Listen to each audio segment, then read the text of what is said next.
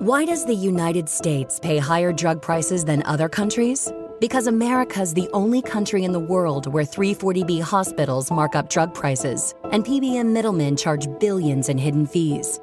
Meanwhile, Americans subsidize the research and development for new cures. Other countries benefit, but don't pay their fair share. Crack down on the middlemen. End the free riding. Lower drug prices. Go to balancethescales.org to learn more. Paid for by Pharma. This episode is brought to you by Amazon Business. How can you free up your team from time-consuming office tasks? Amazon Business empowers leaders to not only streamline purchasing, but better support their teams so they can focus on strategy and growth. Free up your teams and focus on your future. Learn more about the technology, insights, and support available at amazonbusiness.com. This is Optimal Finance Daily, 4 Lies Money Gurus Tell You, by Christine Luken of christineluken.com. You might be avoiding your financial issues because of the lies money gurus tell you.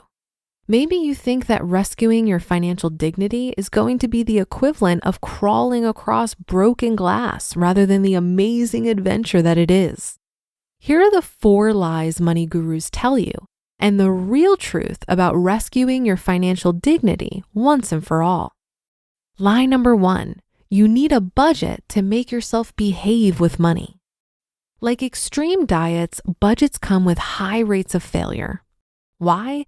Because they're focused on deprivation, what you can't do and what you can't have. How do you feel when you even hear the word budget? If you're like most people, it conjures up dread and you haven't even started. You don't need a budget, but you do need a plan, a prosperity plan. Truth. A prosperity plan motivates you to take action in support of your financial goals without feeling deprived.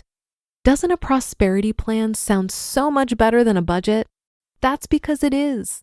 A prosperity plan focuses on what you want more of in your life and business. When you're clear on your preferred financial future, it becomes easy to redirect spending away from things that are unimportant to you and towards goals that excite you. A prosperity plan is more like a healthy eating plan rather than a crash diet. It definitely has room for portion-controlled fun as you pay off debt and build up savings. Lie number 2, follow this exact formula and get these results. You've heard it 1,000 times. If I can do it, you can do it. And it worked for me, so it will work for you. Money gurus like to prescribe a formula or a list of steps to take you from money chaos to financial success. But here's the thing, their formula might not work for you.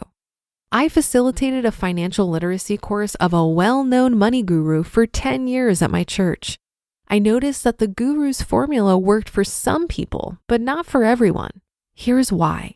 2 people can have the exact same problem, but require different solutions because their emotional drivers aren't the same. Truth, money management really isn't about math. It's emotional. Scientists have recently proven that humans make decisions emotionally, not logically. This is why a formula approach to personal finance doesn't work. Most money gurus give one answer to a particular problem, as if it's the only answer. Here's an example. Kate and Betsy are both overspending on restaurants.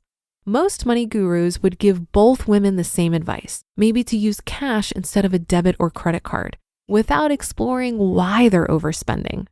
After talking with Kate, I discover that she's single and hates eating at home by herself because it makes her feel lonely.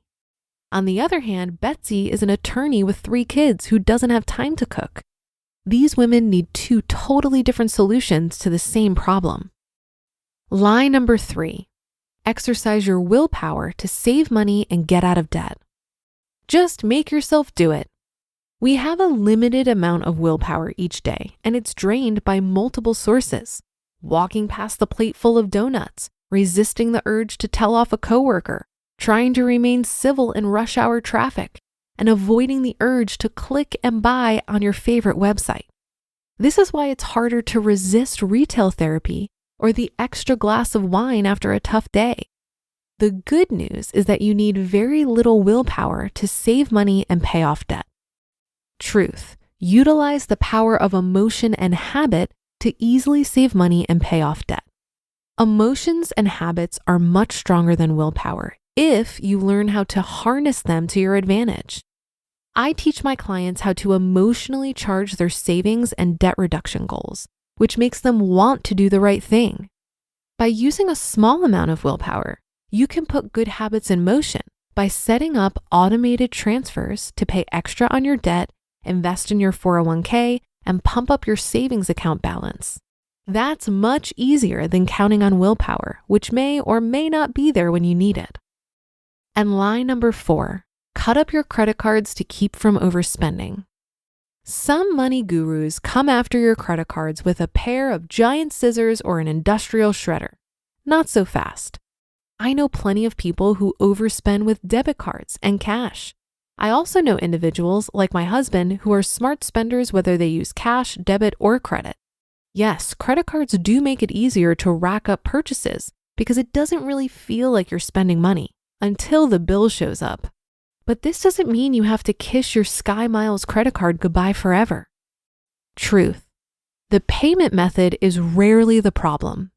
If someone is committed to rescuing their financial dignity, they can do it with or without a credit card. It's important to know yourself and your particular temptations. I do have some clients who know they can't trust themselves with a credit card, so they choose not to have one. I recommend that if my clients do decide they can handle a credit card responsibly, they keep one card with a reasonably low limit and pay it off in full monthly. The problem with having no credit cards is a possible negative impact on your credit score, which can affect your mortgage interest and insurance rates. You just listened to the post titled 4 Lies Money Gurus Tell You by Christine Luken of christineluken.com. This message is brought to you by Apple Card. If you're like me, you might be considering getting a new iPhone. But have you considered upgrading your credit card?